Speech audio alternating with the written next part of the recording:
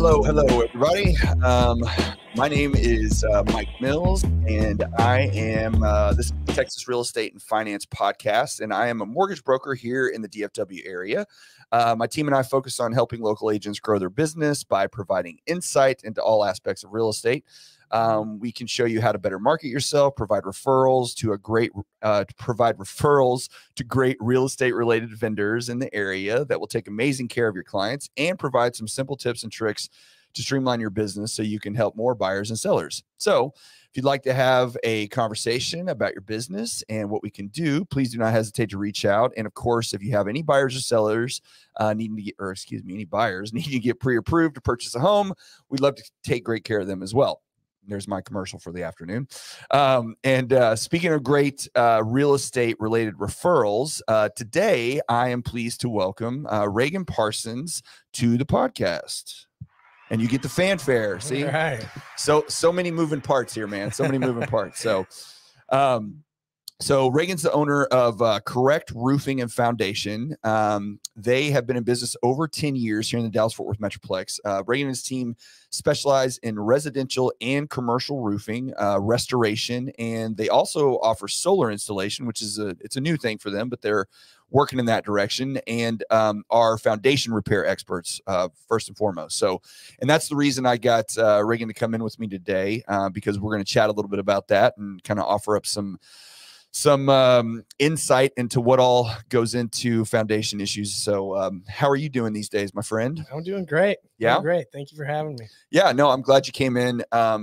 So we're going to, get into a little bit about your business and kind of talk about what you guys do. But I really want to get kind of into detail a little bit more about the foundation side of things and what all that entails, especially how common it is here in Dallas-Fort Worth, and then what to look for, how to get it fixed, talk about maybe even some of the costs involved. And, like I said before, we might even get into some old Pantego Christian Academy baseball stories if you want. So we'll just see where everything goes. But so before we get into all that, though, why don't you tell me a little bit how you even got into the contracting world?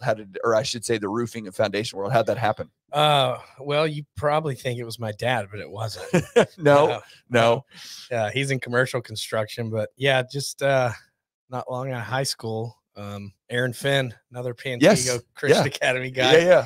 He ended up as marketing director over at Permapier and brought me on over there on the marketing team. And then not long after that, they pulled me into the sales team evaluating properties. And so that just kind of went from there. That started there. So it's just one of the things where you just had a buddy of yours, you're looking for a gig and just like, hey, let's see if we can make this work. Yeah, I was positive I was never going to get into construction. Watch my dad drive around, yell at people on his phone before our baseball games. I was never going to do it. Yes. Shout out to Reggie if he's watching, by the way. One of my favorite baseball coach of all time. Yeah, he's a good one. So funny story about that, just because so Reagan and I met at Pantego Christian Academy. We played baseball together for 1 year. You were actually, I think when you got there, you were a sophomore, maybe? I was a freshman. You were a freshman. You were a senior. I was a freshman. Yes. So you were a pitcher and I was a catcher. We got to know each other a little bit there. And then you and Lonnie came in at that time. Yeah, Lonnie and Brandon Piles. Yes, Brandon too. I played second mainly. I pitched a little bit. Brandon and Lonnie were on our select team. That's right. Warriors team. That's right. They were freshmen. Stud pitchers. Yeah, they were. Yeah. I mean, now granted, we're at a TAPS private Christian school or whatever. So, it wasn't like the world was being dominant, but they were the best pitchers we had on the team by a mile. They were probably the best pitchers no in offense, our district, Brad, too. If you're watching too. Brad Gilbert. No, Nate too. I forgot about Nate. Nate was pretty good. Nate was good too. Yeah, Nate was good too. So both those guys are good. But it was funny because I don't know if you ever knew this story, but when you came on board, when you guys got there, the year before y'all got there, we had a different coach before your dad got there to coach. This was such a breath of fresh air when he showed up. But our coach previously, and I won't say his name, but he, to say that baseball wasn't his first sport would probably be an understatement a little bit. And Brad Gilbert and I and Jack and Nate and all this, we used to joke because when we were playing, we didn't have signs. You know how, you got your third base, first base coach. First, we only had one coach for the most part. And then, so we didn't have a first base coach, just had a third base coach. And then, during the game when you're looking for the take sign or the bunt or, you know, swing away or steal or whatever, there weren't, like, he didn't give us any signs. So it was like a couple of weeks into the season, because that was my first year when we were there. Chris Snodgrass was there playing at the time too. He was a little older than, he was a year older than you or than me. Yo, your junior year was the first year there? Yeah, my junior year's first year. I was only there for, it's been a long time. I forgot that. Basically like a year and a half. I was at y'all's state game where you got eliminated. Oh yeah, that was a whole lot of fun. Yeah, it was a good game, but no, it wasn't. Been a long time. It wasn't a good game. I think we lost like 56-7 or something. Like maybe that. I was at the game before that. Yeah. That doesn't sound familiar. No. That one was the state championship game, and we got our butts kicked. But anyway, so the funny thing is we finally talked to coach. We're like, hey, look, we really need to get some signs down so that, you know, we all are on the same page as to what we're doing. So if I'm hitting and he's stealing, you know, we know whether I need to swing or not, if we're doing a hit and run, whatever. Right. And so he was like, okay. And he came up with colors. The signs, he was going to yell out colors. Oh, so standing on third base, he would yell out like red, or fuchsia. That was the one we joke about, but he would yell it out. And so, you know, after the first time he yells fuchsia and we steal second base, like they pretty much got what you're doing. Yeah, they got it figured out. So it wasn't that tough. But what was funny is, so we were begging him after about, you know, 2 or 3 games of that, because everybody knew what we were doing. Like, please, can we just have regular signs? Like, we'll do them. If we could coach third, like we'll send one of our guys out there. And it was thing. He made us actually, he made a deal with us. Like, we had to win like 2 or 3 games in a row or something like that in order for us to be allowed to like have regular signs. He might have been mad at us. Couldn't, because of the colored signs. Yes. Yeah. So he was yelling. No, we actually got to the point where I think, you know, it was either myself or Brad or somebody be standing on third base, and we're actually giving, you know, normal signs that you get in a baseball game. We got to that point, but I think he was mad because at some point in the season, and I don't recall exactly who it was. It might have been Brad, but I won't throw him under the bus if it wasn't, but I just did. We were on a road. We were going somewhere to go play like Waco or something like that. And he put, I guess it's X-Lax in his coffee on the, as we were, so he's driving the bus. We'd make a stop at a gas station to go in there, and we buy the X-Lax. And while he's in there, we put it in his coffee and then take the bus a little bit further. And, you know, we have to stop about 30 minutes up the road because he's got a problem. Man. So yeah, we had all kinds of hijinks in those days. There's no doubt, but you know, all that stuff's behind us. But I can't remember who that coach was, but if I could, I'd find a way to get this podcast to him. Yes. Yeah. I think he figured it out a little bit later on, maybe. But it was definitely an adventure. I mean, anybody that played at that time, and that was, you know, I think we had Bernie Diamond was on that team, and Chris Snodgrass, and Brad Gilbreth, and Jack Jenkins, and Nate Van Cleve, and you know, we were a bunch of trouble, to say the least. So anyway, that's the old baseball story there, I guess. So what was it? Was there anything, you know, because obviously your dad, you know, did a lot of contracting work over the years. Still does, actually. He's still kicking around, man. He didn't give it up. He's still going. Doing the Texas Roadhouse in Burleson. Wow. And is it Tyler? He's been building all over the country, but he got these 2 local ones now, so he gets to stay home a little bit. Yeah, I guess I'm not surprised, because I don't ever see your dad like slowing down. He's pretty much on the go all the time. Still. Yes, yeah. He's the exact same as you remember. I loved your dad, man. He was great, and he was one of the, you know, I didn't have a lot of exposure to different coaches at that point, but he was definitely one of the best baseball coaches. He was a very good coach, basketball and baseball. Yeah, he was, and y'all had the batting cage and everything. So we actually got real uniforms the year you guys showed up. Like, he ran it just like his select, because he was running all those select teams back then too. I know. When did he stop doing that? After Jarrett and I quit playing. After y'all quit playing. Yep, that was it. Yeah, I coached my son for a while. I started coaching him when he was like in kindergarten or whatever, and then I coached him all the way up until about 6th grade. He's in 7th grade now, and then I retired. I was done with all that at that point. But seems like y'all had fun doing it though. Yeah, those are fun days. Do you have kids? I do. Two girls. Okay. My 12-year-old's a competitive dancer. My 6-year-old is too. Is her first year doing it. My 12-year-old's a competitive dancer. Nice. She's hardcore into it. Yeah. So you get to go have all the I'm costumes. A crazy dance dad. Yeah. Are you building sets yet? Are you there yet? Yes. I help carrying them onto the stage and unload them out of the trailer and all that. No, I don't build them. Yeah, my wife did that. She told me stories about all that when she was growing up, about all the dance competitions and everything. Man. So it's intense. Oh yeah, it reminds me of select baseball. Oh yeah, no, it's just a whole other side of things. It really is. Yeah, no, I know a lot more about dance than I thought I was going to in my life. Do you ever fill in from time to time? Get out there? No, they haven't asked me yet. No, you haven't had to step out there and I'm waiting for my opportunity to show what I can do. Do y'all have to travel quite a bit? We do some. Yeah, we'll go to Houston this year, but then nationals, we always travel. It's either Vegas or Orlando. Last year was Nashville. This year is Sandusky, Ohio, surprisingly. So you go from Nashville or Orlando or Vegas to Ohio. I get to go to the home of Callahan Auto Parts. Oh, yeah, yes. That's right. Okay. I've heard it's a pretty cool town, though. Is it really? I knew nothing about it before, but I've been to Ohio before. We have a branch actually for our company that's up there. When they came in, we kind of went up there and got them all set up. We do recruiting and stuff for that. But so it's really, what's crazy about Ohio is it's beautiful. Like, especially they have like fall, which is crazy because there's all kinds of colors. There's nothing that ever happens around here. But it's not Vegas though, right? No, well, honestly, I'm not crazy about Vegas. No? And then we've done Disney enough times now. It's going to be a breath of fresh air. It's an hour west of Cleveland. So get to go to the Rock and Roll Hall of Fame. Oh, nice. Yes. My kids to the Rock and Roll Hall of Fame. That'll be and awesome. Myself. Yeah.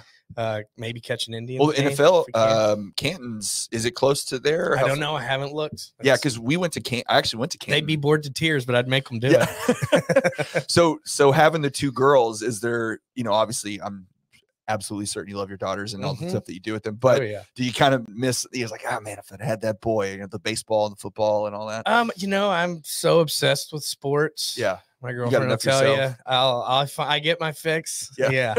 And we got friends whose kids play baseball. I go to their games. Yeah.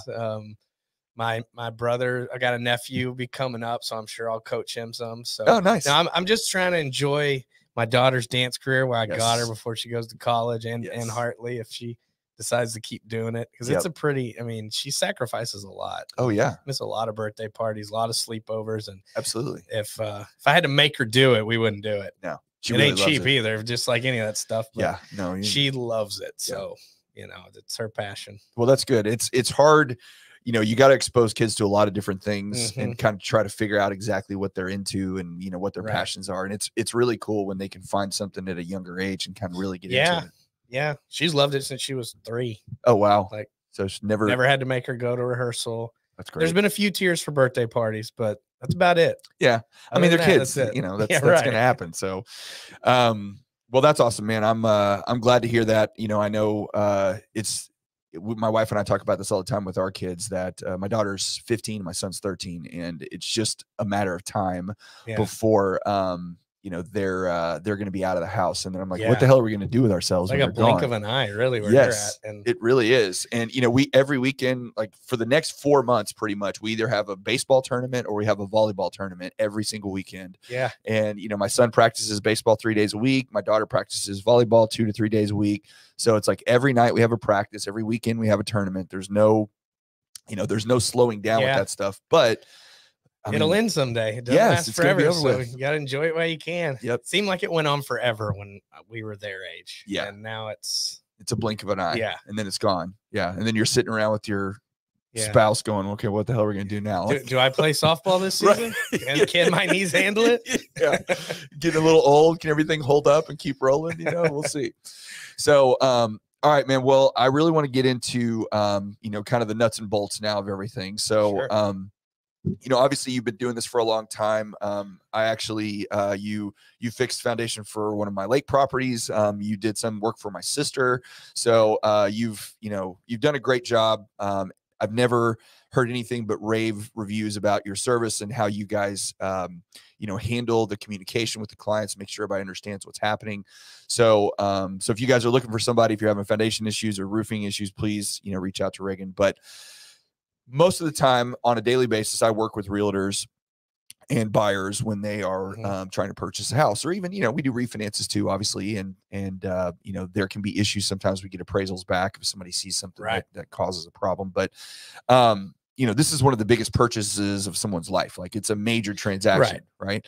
And the very first thing that most buyers have to get when they purchase a new home, get under contract, is a home inspection. right? And that's where a lot of this stuff kind of often comes up, you know, or at least gets indicated to some extent in the beginning, saying, hey, there might be an issue here, there might be an issue there, especially in North Texas, because it seems to be, foundation seems to be something that's pretty common. It's very common. Foundation issues here seem to happen quite a bit. But from your point of view as a contractor and as a roofing, roof guy and a foundation guy, what, you know, when you see or when you hear from home inspectors, or when you get a home inspection report from somebody, what kind of stuff are you looking for there? You know, what should they notice, you know, when someone comes across and says, hey, here's your report, you know, what are we looking for? Yeah. I guess on our end, if the home inspector says, you know, he's going to recommend a professional to further evaluate, or, you know, if he sees an issue with the roof, unless they've been in foundation repair before, or they've been in the roofing industry before, they're usually going to leave it pretty vague and say, you know, have it checked out. They got to cover themselves, which is smart. Yeah, that's what I do too. But especially on the foundation side, it's a little more technical. So, and they can miss stuff, just, you know, not being negligent really, because a home can start to tilt before it starts deflecting. Okay. So it'll hide itself. You won't have a major deflection point or a settlement crack run through the brick on the outside that just screams, repair me. Right. The whole structure could be tilting as a whole until it gets really bad. Right. And then it starts to show up. So if you have the home inspected in that time, the home inspector may not see anything and say, you know, everything looks good. But I have seen a lot of them are running zip levels now, which really isn't a bad thing. I've had a few lately. What's that? What's a zip level? A zip level is what we measure the foundation with. So it's kind of like a fancy water level. It's in a yellow case. Okay. And it's got a digital box, and in the cord there's oil and gas, and it's calibrated to read out the elevations. Is it really long, or is it short, or very long? You can get I think the shortest cord 75 feet. Okay, because you got to measure over a long space, the whole downstairs of the house, including the garage. So you know, some homes are really long too. Right. You get some of these other neighborhoods. So but it'll read out the elevations of the slab in plus or minus tenths of an inch relative to a 0 point that you set. Right. Which a slab we set towards the garage grade beam if it's close to the center of the house, or just close to the center of the slab, because slab distress is going to start outside in every time unless you have a plumbing leak. Gotcha. Or a bad drainage problem or something like that. Gotcha. So the bigger issues, the way you measure it from, you're looking at the center of the house because you're assuming that's the most structurally sound at that point. Yeah, like the closest true 0 we could get. Right. Which when you measure the slab, it's not going to be all zeros. They're not poured 100% level. There's a variance there, a tolerance for engineering standards. So as long as you're within that tolerance and you don't see any major distress, then you know, you can say that everything looks good. So usually, you know, obviously buyers are going to get an inspection, and they're going to have someone come in and look at this stuff and kind of indicate to them whether or not they think there could be a problem, you know, that, like you said, because I've seen them before too, you know, buyers and agents will send us home inspection reports all the time. And I'm like, I actually don't want to see that. So if you hold on to that, that'd be great. But we get them a lot. And, you know, so that's a pretty typical part of the process. But what would you say if someone was selling their house, like they're about to list it for sale? Is this the type of stuff that you think is necessary, you know, from your point of view? Would you say it's necessary to maybe get some of this stuff checked out ahead of time before you list, just to kind of protect yourself? That's not a bad idea. Yeah. I mean, be preventative and have it looked at, and then you don't have any major surprises. But it's very rare that you're going to have a major surprise in foundation repair. For the most part, it'll show itself. Sure. You're usually going to know, unless you've got severe tilt, which is about the rarest thing we run into, but it is out there. Sure. But it's usually caused by, we find it a lot around bodies of water. If you live around a lake, you got to be a little more careful. Okay. Cause you can catch it earlier. Not so much trees causing tilt. They can cause bad settlement and upheaval from the roots, forcing the slab up. Yeah. But your sewer line, if you get a bad sewer leak, that's not going to show up at the meter. Right. And I've seen people let them go for years. You just have no idea. Right. And what it does is the clay is going to expand until it hits its plasticity limit. It can't take on any more water. Okay. And then at that point, everything under the house is going to turn into a swamp, and you may not see any signs of it outside. Gotcha. And so then the structure just kind of starts to sink. So when we measure it, you've got very low elevations on this end and extremely high elevations on this end. That's when it's tilted. Gotcha. It's about the only surprise you're going to run into. Most people know if they have a foundation problem or not. What is it about the soil or whatever up here in this area in particular? And I don't know if it's all over Texas or just North Texas, but it's most of Texas. It's most of Texas. What is it about the soil that causes these issues to come up? Is that why we don't have very many basements here? Yes, that is why. Okay. Now we do have basements. Yeah. There are areas where you can build a basement here. It's just more few and far between. Right. There's a whole neighborhood of basements over by Martin High School that I didn't know existed. Is it really? Yeah. I've always loved a good basement. I'm a big fan of basements. Me too. It's where you can have your man cave. That's right. That's right. Watch your games. Yes. And all, yeah. Yes. That's I where. know what you're thinking. Yeah. It's where you take the girls downstairs and get under the blanket. I got a buddy of mine who is a loan officer in Tennessee, and he has a hilarious story about his daughter. They have a basement there, and he goes down to peaks because everybody's got blankets. He's like, no, blankets are gone. Blankets got to go. Sure. Blankets got to go. So what is it about the soil here that causes the problems? We have a lot of high plasticity clay here, so it shrinks and swells very dramatically based on its moisture content or lack thereof. Okay. So we have varying degrees all over the Metroplex. Right. The second most expansive soil profile here is Houston black clay. Okay. But that's prominently what we have that causes the most issues because it's all over the place. Gotcha. Carrollton's made of it. Plano's made of it. Rowlett, most of Rowlett, up and down the tollway in Dallas, behind the Parks Mall in Arlington. This is just some of the hottest pockets that are out there. But it is all over the place in DFW. Now, there's other soil profiles where the plasticity is not as high, but it's still very expansive. So, I mean, you can have issues anywhere. But there's a lot of areas where you've been to my parents' house. Their plasticity's in the teens. It's not really even considered expansive. Not that big of a deal. Yeah. It's like sand. That's why they've never had any cracks in their house, and it gets zero movement. Right. Moisture just passes through it like sand. So is part of the issue too that we run into, like, do you get a lot of calls when we've had a big drought or if we've had a lot of rain because the weather does so much to the soil around these homes that's when you start seeing problems pop up? Definitely. Yeah. Well, yeah. Like this last summer was a major outlier for as long as I've been doing this. I've only seen that kind of movement 2 or 3 times. Really? So what, I'm trying to think, was this summer dry or was it wet? Very hot, very dry. Okay. We didn't get a lot of rain. I can't remember what I had for breakfast yesterday. Yeah. We were seeing very fast movement, very fast settlement. Really? Yeah. So, this maybe get to this a little bit later, but I am curious while I'm thinking about it. So, you hear about people saying you need to water your foundation. What does that really, what does that really mean? Like, you're standing out there with a hose, like literally spraying it down. Like, what are you doing? I mean, you could, yeah, but what they're saying is you're trying to fight that settlement. So if we're going through a summer like that, you're trying to mitigate the retraction of the clay. Okay. So you're trying to keep it more hydrated so it doesn't shrink as much. Because that'll cause settlement. So they're putting like a soaker hose or something like that. Gotcha. Or some people have like you have flower beds around the house and you water those anyway. You're kind of doing that anyway, right? Yeah. Okay. Yeah. Underground drip irrigation, that kind of thing. But yeah, you're keeping the clay more hydrated, so it's more. Do you run into any issues? So like at my house, for example, we have a pool in the backyard, and initially they had built a wooden deck that would attach the house, but it had been torn out since we had moved in. And then we kind of redid the backyard and we put decking in all the way around the house. So now there's, some sort of basically a concrete overlay all along the backside of our house. So there's not any water that's getting into there necessarily. I mean, maybe there is, and I don't know, but you'll get some subsurface water migrating through, but you're getting no surface water. Right. So does that cause issues, or because it's covered, it doesn't suffer the same level of drought that like an exposed ground would? Exactly. Okay. So that's why you don't see it as dramatically. It'll cause a little bit because you're not getting the moisture there that you were before, but you're also not getting the retraction that you normally would. Yes. Right. That's why you want to run your soaker hose early in the morning, late in the evening when you're gonna do it, and through a drought like that, 2-3 times a week. But that way it doesn't just evaporate immediately. Gotcha.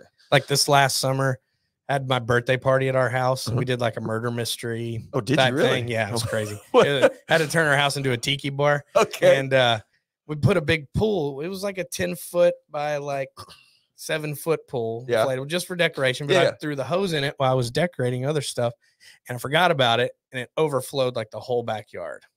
And the day of the party, the hours before the party started. So dude, I was that like, sounds well, like something that I would 100% do. I like, know, no doubt in my mind. No one's gonna be able to hang out in the backyard. It's gonna be able to hang out on the back patio. It was gone in 30 minutes. It was just bone dry in 30 water. minutes. Yeah. Oh wow. The whole backyard was flooded. I do that. So we have to fill up our pool from time to time because it drains, but we have like a little knob or whatever. And my wife and I do it all the time. But turn on the faucet and it pours it in there, and then we go do stuff. And I come back, after work or whatever, and there's a river of water running down in my backyard. I'm like, oh god, I left that stupid thing on again. Yeah. So wait, okay, well, just a little sidebar here. So you did a murder mystery at your house? Yes. So did you like hire a company to come in and do that, or did y'all just come up with it yourself? Or no, you order you order it from a company. Okay. You order the package and you assign the characters. Okay. It was a blast. It was a ton of work. That sounds fun. It was a blast. Yeah, it sounds like a lot you're putting into that thing. It was a ton of work. But how many people were involved? I think we had like 25, 30. Yeah, maybe. That's a lot. We had one of the smaller packages, but really, they come in bigger than that. Yeah, they did. Yeah, wow. You could add more on there. So I guess you just kind of they give you a story. You're the only one that knows, I'm assuming, right? My girlfriend did all that. Oh, she did. So you had no idea, or well, I mean, you knew what you were doing, but you didn't know what the answer was. Right. I didn't know. I ended up being the killer. Oh, of course. I had no idea, and I missed it on the thing. I still didn't know at the end. Like, hey, dummy, you're the one that did this. Mm-hmm. That's hilarious. I didn't even know that was a thing. I have to write. Oh that yeah, down we too. went to one. We went to one and had a blast. That's where we got the idea. I've been to one. I can't remember if it was in Dallas or Fort Worth. Like we went to like a place, and it was like in a restaurant or built like they serve dinner and you do the whole thing. Like we did that, but I didn't know you could like do it at your house. Yeah, you do it at your house. You get all these decorations. We ordered a ton of stuff off Amazon, and so we did it. We made it more work than it had to be, I guess. Sure. Yeah, but you wanted to be fun. Yeah, it worked. Yeah, it did make it more fun. There's a have you ever seen that? I think it's called Knives Out. You know that movie? Yes. They have the one that's the onion the or glass something. Onion. The glass onion. Yes. Did you watch that? I've seen them both. Okay. Yeah. That's basically what that. I mean, kind of. Obviously, there's more to it than that, right. but on that movie. But but that's kind of what they were doing. I mean, maybe not at the. You didn't have your own private island level. It was fun getting the characters, and then everybody did such a good job of like dressing up and like being the character at the party. That was a big part of the fun. Yeah, you get a few drinks and folks, and everybody likes to have a good time. There's no doubt. So all right. So when if I'm a homeowner, or let's say I'm looking at homes and I'm shopping for houses and I'm going through, especially these days, because actually it's crazy. Buyers have a little bit more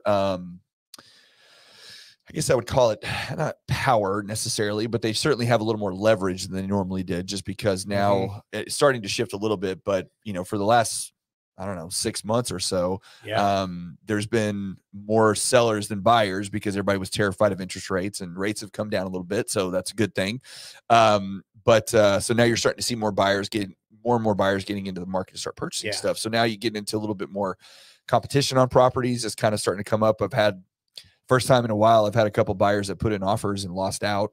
That happened in 4 or 5 months just because they have other people searching for houses now. So there's a shortage. But if I'm looking for a house and I'm a buyer, or if I'm a seller trying to sell my house, what kind of stuff can I look for just with the eyeball test to give me an idea that, okay, maybe this is something I want to get checked out? Because especially from a seller's point of view, and I think any agent that would watch this would understand that if you're selling your house and you find out that you have foundation issues in the process of selling it, meaning the buyer gets a structural engineer or somebody comes out and looks at it, because foundation, if you don't understand it, it scares people. They're like, oh, the house is going to fall apart, and they don't feel like they have anybody they can trust because it's an unlicensed profession. Yes. So who's going to be coming over to your house and telling you need $40,000 worth of foundation? Oh yeah.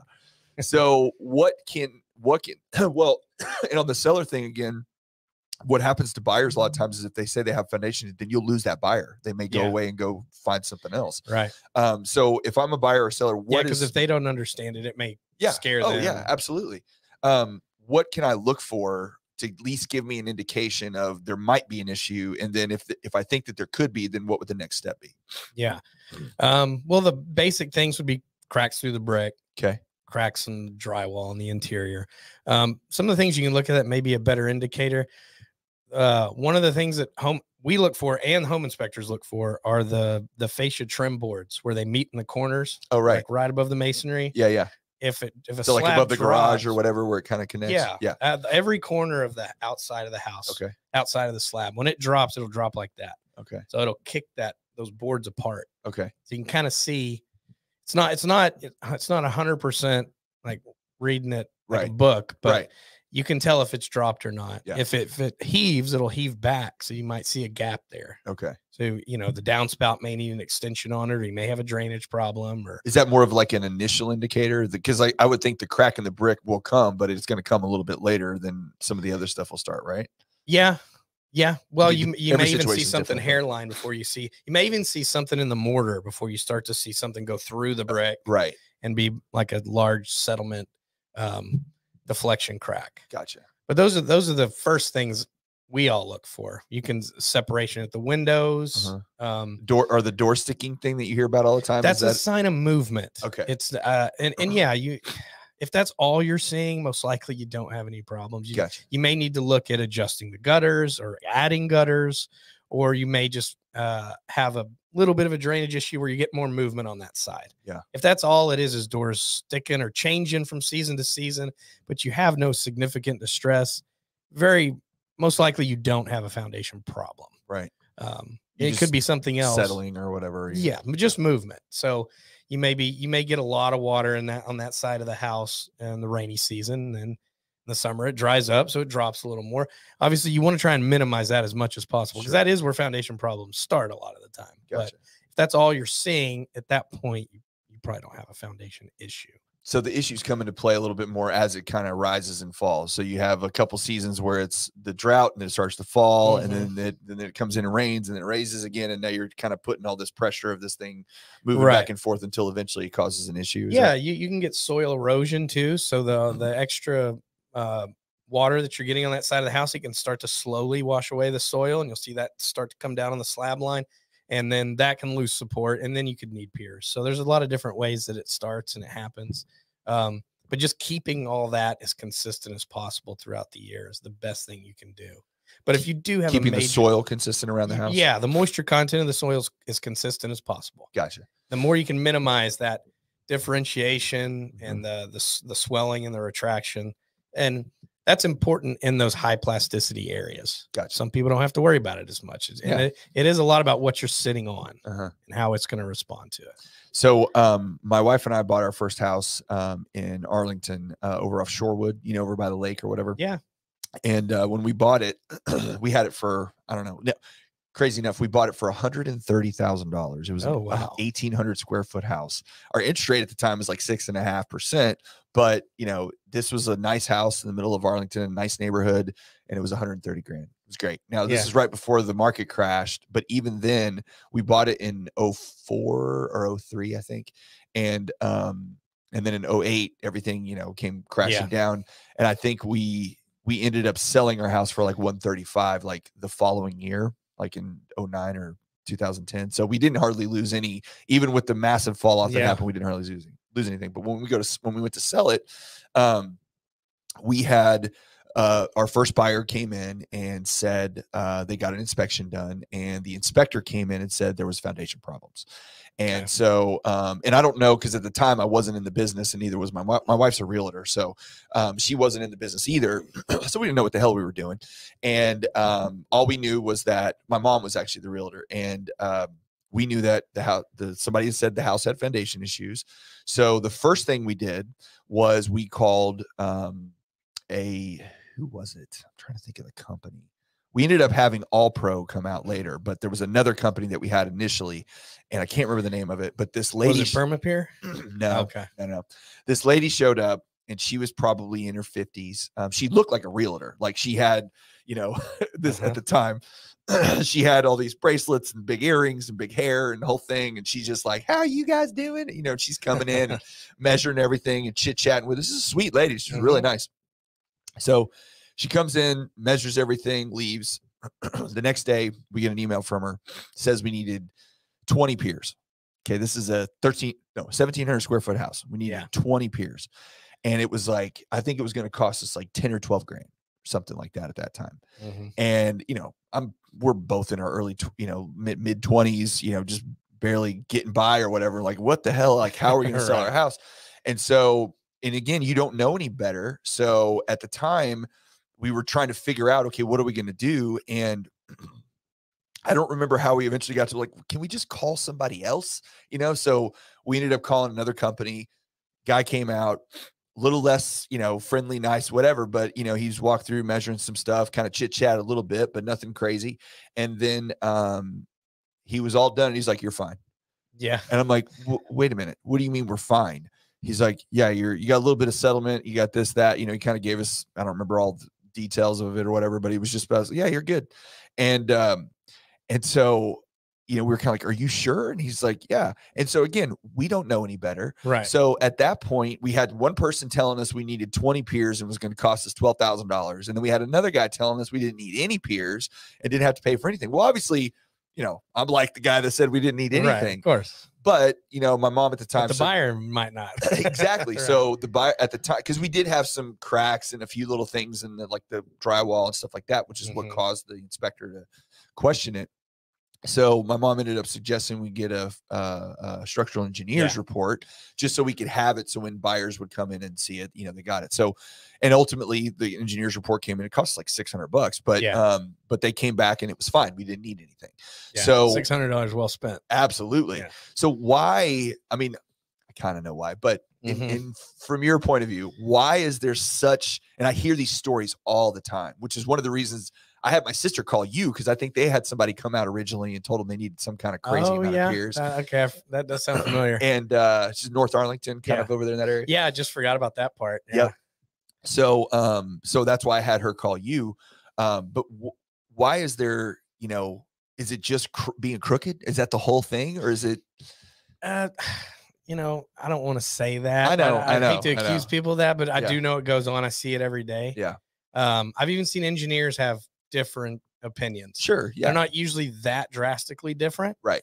But I've seen them have different ideas. I've even had to tell them, hey, we'd rather do this. Yeah. Because we have more of the real world application. Right. And just talk it over with them and they agree, or you can get them to, you know, kind of go your way. But not usually something like that. You shouldn't have 20 peers and no peers. Yeah. So sometimes it's, is it like inexperience of the person going out there? Sometimes, and sometimes they're not trained as much as they should be before they're thrown out there. Yeah. You know, I feel like I was lucky because I started at Permapeer and they do train the guys really well. Yeah. But I've seen a lot of other companies around here and run into their stuff, and it just seems to me like it was more bad training versus trying to con somebody. Sure. But I know that stuff does go on. Yeah. So it is a very valid concern. There is no licensing. Right. Yeah. So is that just, I mean, obviously I guess that's always been the case, but why do you think that is?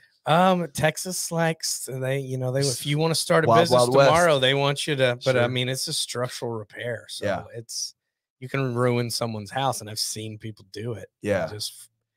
And if you don't, what's that conversation like when you go to someone's house that had all this work done and then for whatever reason they call you out and you're like, man, you didn't need all this, or it depends. Yeah. Sometimes you want to kind of lessen. You don't want to tell them because you don't want to make them feel dumb, because this it's like you said. How would they know? Right, like you said, if you don't do this every day, why would you know?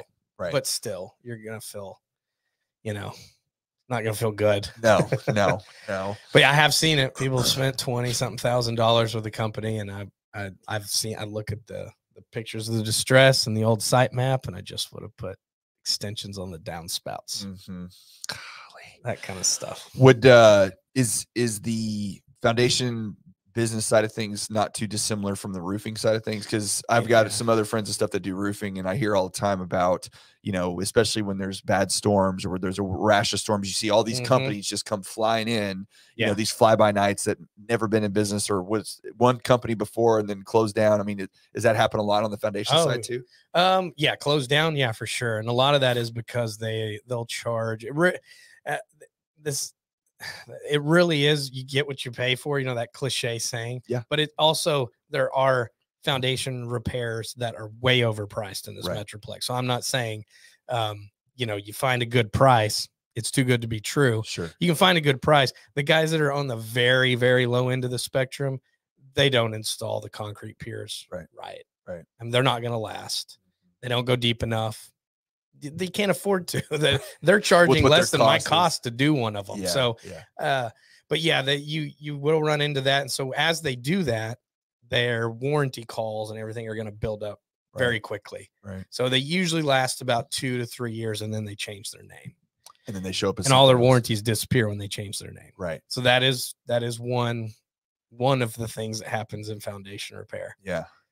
So what would you suggest to somebody if they think, I mean, you know, you don't always want to go right to a structural engineer because, you know, if you don't have any issues, you can pay $600 to do that or whatever it costs these days. So what's the protocol? Like, you know, obviously call you 100%, you know, make sure they call you. But if someone doesn't know you or didn't see this, like, you know, do you call out multiple companies? Is there, you know, do you just go look at reviews? Do you see how long they've been in business? Like, what's some good?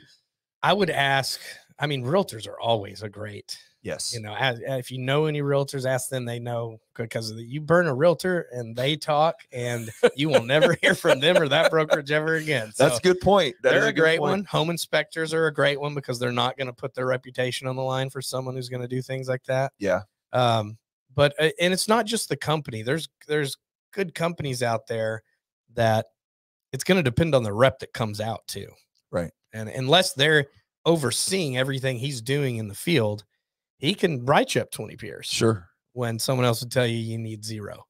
And that company may not endorse that. They may not be a bad company. They just had a guy. Well, I use the analogy a lot because it's same thing with mortgage banks. It's the same thing with realtors working for Keller Williams or Remax or whatever. You know, I use a school analogy as like, you can go to Harvard Business School and you can have the worst professor on the planet and have a terrible experience at Harvard, or you can go to TCJC or TCC or whatever it's called these days, and you can have a fantastic professor and learn a ton, you know, because it's not always the institution, it's more about the individual that you deal with sometimes. Exactly. And it can be the exact same.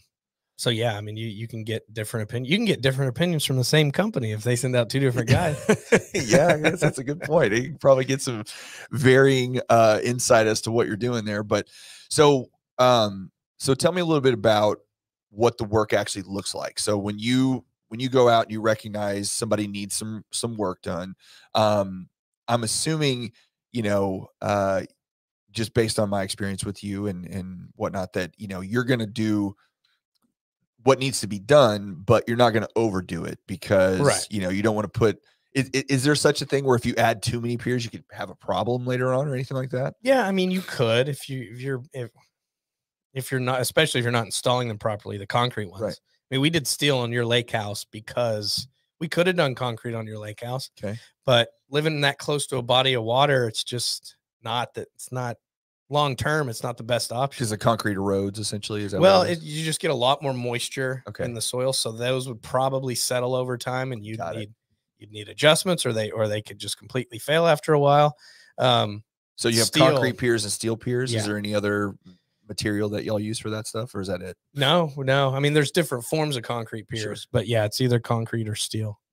And how do you determine like how low you have to go and like where your access points? I mean, I know you guys like dug a hole like a mole under the house, and you know, you're down there cranking stuff up. So what does that? I mean, what's the whole process look like? So it's a 2-part process, and this is concrete and steel. You excavate to get underneath the grade beam, or if you're doing an interior pier, you tunnel or you break through the slab and get to where you can get to the cross beam, or just on the outside of the grade beam, the thick part of the concrete of the slab. We don't have to dig all the way down to how deep we want the pier, unless it's a poured pier, and we have to do those for certain instances. But normal, like press piling or steel or concrete press piling, you're going to hydraulically, you're going to use like push it down there, basically. We use a power team. It's a hydraulic press, so it uses the weight of the slab and presses down that piling into the soil. Once you got that press, you put another one on top. The steel interlock, and then you press it down. You just keep pressing until you hit bedrock. Or the restrictive layer, whatever's down there. With concrete, you're restricted with your soil compaction and how much pressure you build up on the bottom of that piling. Okay. At some point, we're gonna hit them, and it depends on different areas and different soils how deep this is going to be. But as soon as we have to up the jack, I mean up the PSI on the press over 10,000 PSI, we're gonna stop on most residential slabs. Far enough in your and we don't want to damage the house, right? And some of them we can't get to 10,000 PSI. A lot of it depends on the pour. I mean, just like there's shoddy foundation repair, there's shoddy slab pours. You'd be surprised how many of them we get into, and there's not even rebar. There's chicken wire, or there's no rebar at all. Really? And they poured the whole thing like a patio, like 4 inches thick. Really? Are these like older houses, or are these even newer homes? Yeah, it's usually older. Okay. But yeah, we run into them. It's not that uncommon. Really? So they're not using rebar inside the foundation at all. You're getting into some kind of other wire that's just wow, that's crazy. Is that like a certain time period some of those homes are built, like in the 70s, 80s, 90s, or is it just a lot? I've seen a lot in the early 80s, okay. Definitely 70s, 50s, right. late 50s, 60, yeah. So the further back you go, the more likely that they could have cut corners. Right. Wow, I didn't know that. Chicken wire, really? Chicken wire, yeah. That, man, there's I've replaced a bunch of driveways in Mansfield, and some of the nicest neighborhoods in Mansfield, newer neighborhoods. Really? There's just chicken wire. So are some of these houses like custom built? Or are they like from actual builders? And I mean, we don't name any names. I don't want to get specific on the neighborhood. Yeah. No, late 90s builds, I think most of them were that I've seen. Is that just builders trying to cut corners, or was that just a method that they thought this would work? Absolutely. Really? And for anyone who ever gets their roof replaced with us, that's one of the reasons that's in our terms and conditions for the driveway for our dump truck, because we have no idea they poured the driveway. Oh, all right. And we have had our dump trucks crack a driveway. So, not fracture it, but wow, I didn't even realize that. I guess you put something heavy enough on that driveway and it's going to give if it wasn't built out correctly. Yeah, if it's a 3-inch pour with chicken wire. Dang. Not a whole lot of structural integrity to it. No. So, I mean, what was surprising to me about the work is it really doesn't, I mean, obviously it depends on how many peers you're doing, but it doesn't take that long. Like, I think you guys knocked everything out in like a day or two at the most. Yeah, yours wasn't a huge job. I can't remember how many it was. I think it was only like, I want to say like 5 or 6, maybe. Yeah, it was pretty small. Yeah, depending on how deep we have to go, that could be a half-day job. Yeah, so you can knock that stuff out pretty fast. Yeah. How many crews do you guys have? We have 3 in Dallas, Fort Worth, but we're also covering San Antonio, Houston, and Austin. Oh, wow. Okay. On the foundation repair side. So those guys live down there, or they travel? They live there. They live there. Yeah. Oh, wow. We were doing that for a while. Yeah. Our Fort Worth crews weren't real happy with me. Yeah. So I don't want you doing that. Had to figure that out for them. So how long do the repairs usually hold up? Like what's the timeline on those? And I know of course it varies or whatever, but you know, what's generally speaking? Shouldn't really vary. I mean, so any pier that we drive into the ground, we give a lifetime transferable warranty. Okay. Concrete or steel, doesn't matter. The steel piers are about as permanent a solution as you can give for settlement. When you say, because I'm a dummy, when you say transferable warranty, what do you mean transferable? Like if you sell the house. Okay. So you can transfer it to the new owner. Or the buyer. Right. Okay. Gotcha. Yep. It stays with the structure. So Gotcha. Yeah. Do most companies offer that transfer? They should. They should. I've seen some where there's a 10-year warranty, a 5-year warranty. Runaway. Yeah, you do not want to. Yeah. If that's all the faith they have in their installs, then you can find better. Yeah. So steel piers should last, forever. Yeah. Essentially, Yeah. I mean, you're gonna have to have like a massive plumbing leak or something. Right. Because they're all the way down on the restrictive layer and sitting on the grid. There's really nowhere for them to go. Gotcha. And then the concrete ones maybe have a little bit lower lifespan, but not. No, I mean, honestly, we get almost no warranty calls on our concrete piers. If you install them right, if you get close to 10,000 PSI, then it's very, very unlikely you're going to have issues. Now, because they're not driven to the restrictive layer and you're restricted by that, driven to refusal is what we call it. Right. If you can hit close to 10,000 PSI, you drive it to refusal. That's what makes them last. But the plumbing leaks, drainage, stuff like that is very important for them to stay consistent and stay long-term. But we do look at that stuff before we write the repair. So we're not just going to go throw a bunch of concrete piers in an area that's got a drainage problem where we know they're going to fail and not bring it up to you. Right. Okay. That's what I was going to ask. When you guys go do the you know, kind of do the survey of the place and figure out what exactly you're going to do, does it also come with kind of like a prescription to say, hey, look, once we do this, these are some things you need to fix, or else you're going to have continue to have issues. And that's for us, because they're going to be lifetime warranty no matter what. So we're going to tell you that's got to be done. Right. That's right. Yeah, that's right. So what are some of the things, like you said? But it'd be super annoying to a homeowner if we didn't tell them, and then they're having issues with those piers that they shouldn't have, and they've spent all this money. So things like downspouts, being in a certain location, that's a problem, or can be. Yeah. You said the soil. You know, what else do you see that's typical around a house that can cause those kind of problems? Retaining walls. If you've got a retaining wall that is starting to fail, the railroad tie retaining walls go out after a while. You know, they rot out. Oh, that's, I guess that your house is sitting on. How far out usually would you? I mean, it just depends. But yeah, if it's supporting the land that your house is sitting on, then it's pretty crucial. Gotcha. Sometimes we'll steel pier it and just bypass them. Gotcha. If you want to put off replacing that retaining wall, right? It's not a safety hazard, right? Because once we steel pier that part of the house, it's not sitting on the soil anymore, anyways. Right. But if it's, we won't even offer concrete in those instances if we don't know for a fact we can hit the restrictive layer. How would somebody correct something if they actually did have some level of drainage issues? Because we had another house over off of St. Martin here in Arlington that on one side of it, for whatever reason, we always had standing water, you know, whenever something would run it, because the neighborhood was kind of on a slope. We were on the bottom end of it.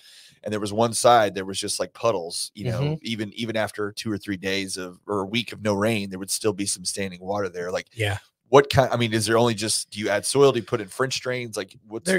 There's a number of things you could do. You could, it depend on what you want. You can do a berm to kind of redirect the water. But I wouldn't even say French drain if you're dealing with that surface water and that's what's bothering you and it's not causing foundation.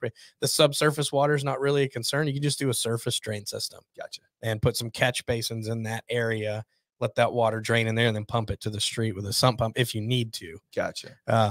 The French drain system is going to be more for foundation things. You've got so much water coming that it's causing upheaval on one side of the house. That's what the French drain does that like a surface drain doesn't, is it catches that subsurface water migrating through the soil. So it'll catch that stuff as well. So it can prevent upheaval. The clay underneath the house is getting less moisture. So it's not swelling as much throughout the year. Right. So I know this is a hard question to answer because there's a lot of variables, I'm sure, but generally speaking, on an average of, let's say you're doing a small size job, medium size job, big size job, like what is someone looking at the type of costs that would be involved in doing these type of things? Oh yeah. I mean, it can be a very wide range. Sure. Because I don't think ours was very expensive at all. I think for the 5 or however many piers it was, I mean, it was less than $5,000. It wasn't too bad. Yeah. And I can't remember, but I don't think we needed a permit in the city you were in. Probably not in Maybank. Yeah. It was Maybank. Yeah. Okay.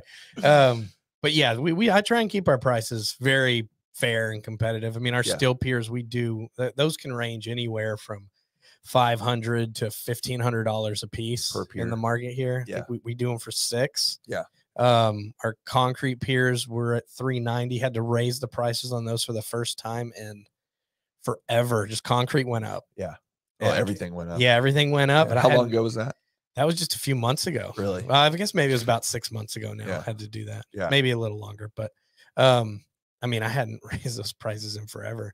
I know our competitors have. So I think we primarily do work in real estate. That's where a lot of our marketing goes. It's where a lot of our foundation repair we do is done in real estate transactions. Yeah. So I try and keep them fair. Yeah.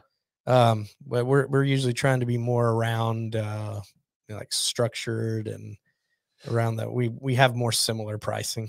Does insurance come into play here at all ever? I mean, it doesn't seem like, I can't remember it ever being a thing, but there's not a lot of policies that would cover. It's very rare. It's very rare. Very rare. Yeah. Most of the time it's out of pocket that you're paying. I have heard more. I have heard there's been some companies come into the market that have been offering it. Yeah.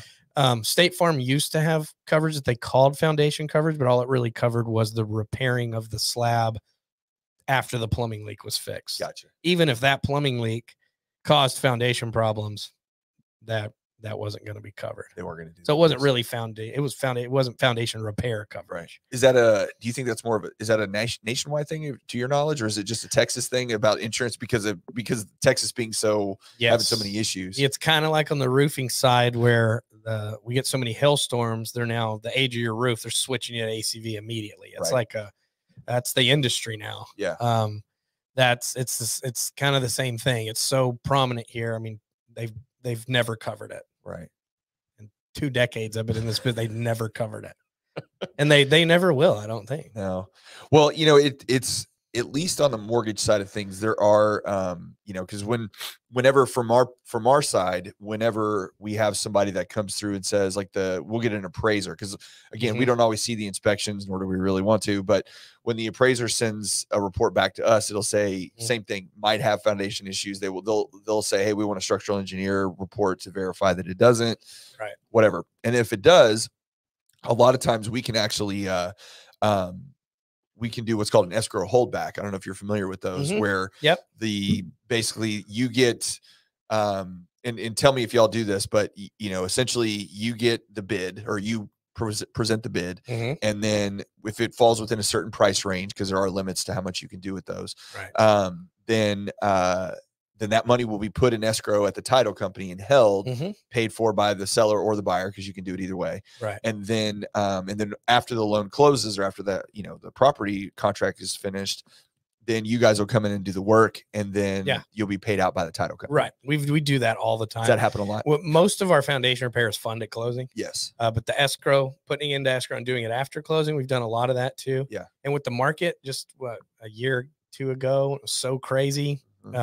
That was like one of the first times I've ever had so many where the buyer was paying for the foundation repair. Yes. And we do that after they closed on the house. I had never really seen that be like a common thing. Yes. Yeah, it's because they had so many offers. They could just tell you to get lost and get someone else. Yep. But when they have 25 people offering on a house, they don't, they never run into those problems. Yeah. They can just say, no, next one up. It's as is, or else we're going to sell it to the next dude. Yeah. Those 2 years were insane. I mean, there was nothing crazy. Normal about that. It was bananas, or, you know, I'm glad. I mean, it was great. Yeah. But we needed to get back to some level of normalcy. You know, we just hope it rebounds quicker, sooner rather than later, obviously. So but speaking of that, how with real estate slowing down as it has, does that affect you guys? Do y'all impact that? Does it slow down for you too, or? Yeah, normally, because there's not as much, because I would imagine most of the time people figure out they have foundation issues is when they're trying to sell their house. Right. Right. Yeah. It's I mean, that's one of the reasons we specialize in roofing and foundation repair. Right. It's just kind of happened to do the two things that I didn't plan on doing real estate construction. It's just the two things that I knew the best of what they run into the most. So, but yeah, typically it would, but you know, we were worried about it for COVID and everything, and we just got busier. So, oh yeah. Well, COVID, that was a whole other thing, because then your people are just hanging around their house all day long, figuring out like, what do we need? We got to fix some stuff around here. You know, I don't have anywhere to go. I don't have any activities planned, so I'm gonna do some fixing. Right. We haven't really felt it yet. Really, I don't know if we will. Well, that's good. I mean, there's still the thing about this area is DFW. You know, especially because of our, you know, tax climate, because of the employers that are moving in here, and all the people. I mean, I think during that 2-year period, we were like the second, next to maybe Florida, we were the second largest state of influx of people.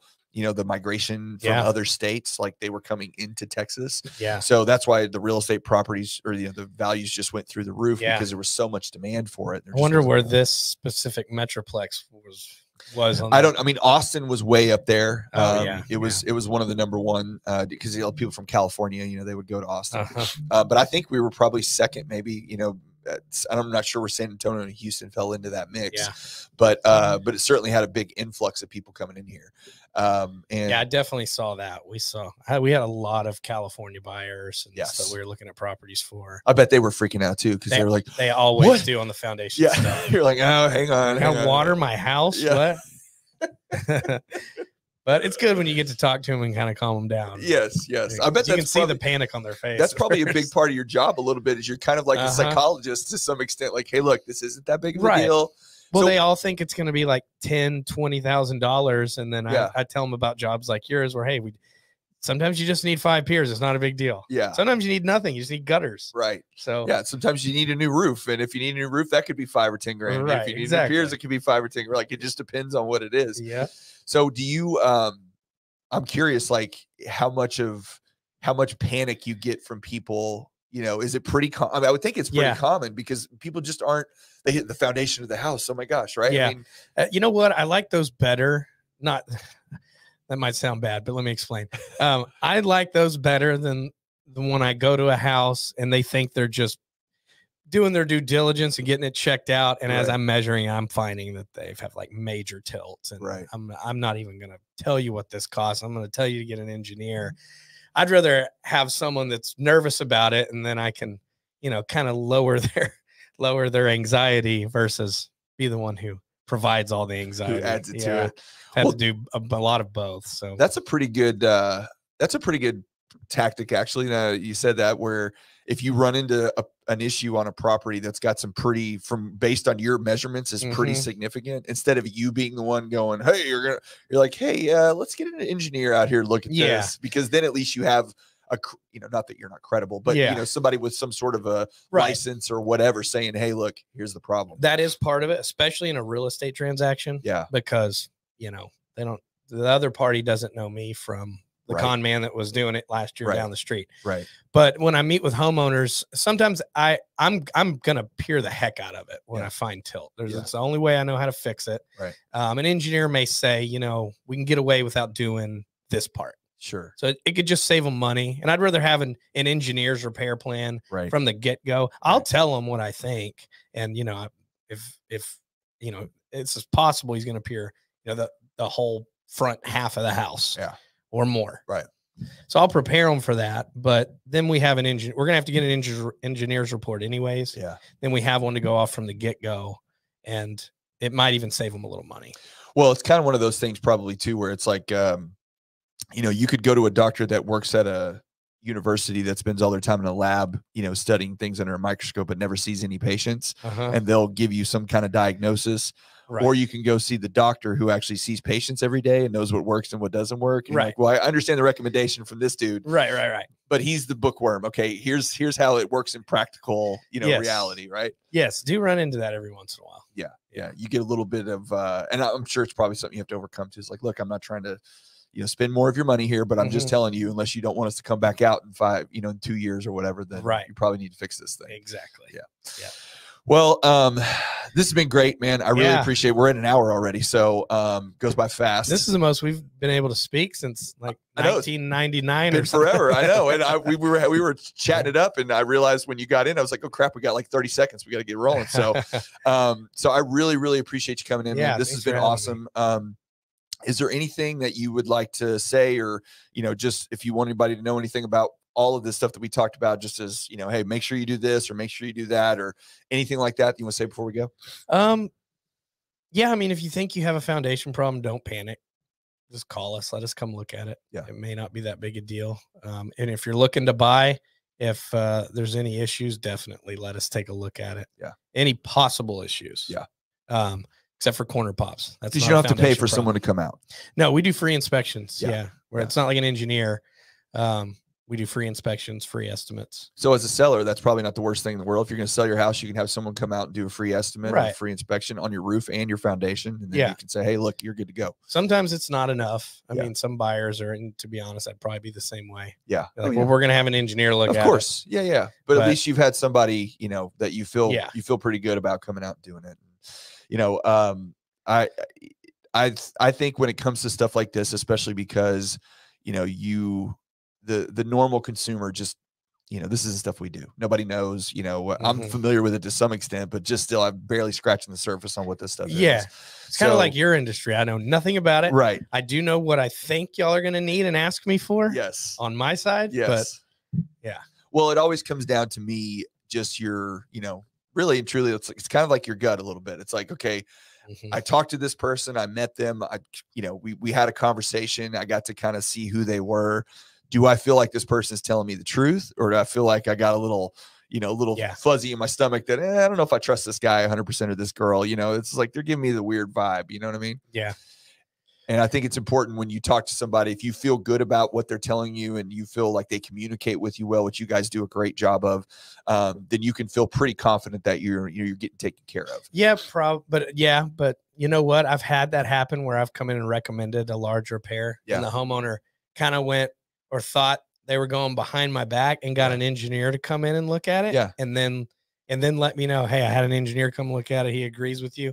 That kind of stuff, I think, is just a smart buyer. Yeah, that's what I would. That's what anyone should do, really. Yeah. I mean, you wouldn't be offended by that. I mean, no, not at all. Ahead. Not at all. Let's see what we got. Because if you know that you're doing, if in your heart you're doing the best job that you can do, and and heck, if someone comes in and the engineer's like, well, there's this, like, oh man, we may miss that. Okay, we can see that part. So no, it's that way with everything. It's all walks of life. Whenever you're getting different vendors to, whether it's your roof or your insurance or your foundation or whatever, you gotta there's a little bit of trial and error in there. You gotta find really good people, and then once you find somebody that you can trust and does a great job, then you're great, which is why I had you here. So all right, brother, well, I really appreciate it. Yeah, thank you. That's all we got. So if you guys need if you need your roof inspected, you need your foundation inspected, you need any work at all, please give Regan and his team a call. They're awesome. They're super trustworthy guys. He's a great human being. They got a bunch of great people at their office. So we'll have you back sometime, and we'll maybe talk more baseball, right? Yeah, please do. I'll tell my dad you said hi. That's right. All right. We'll see you guys.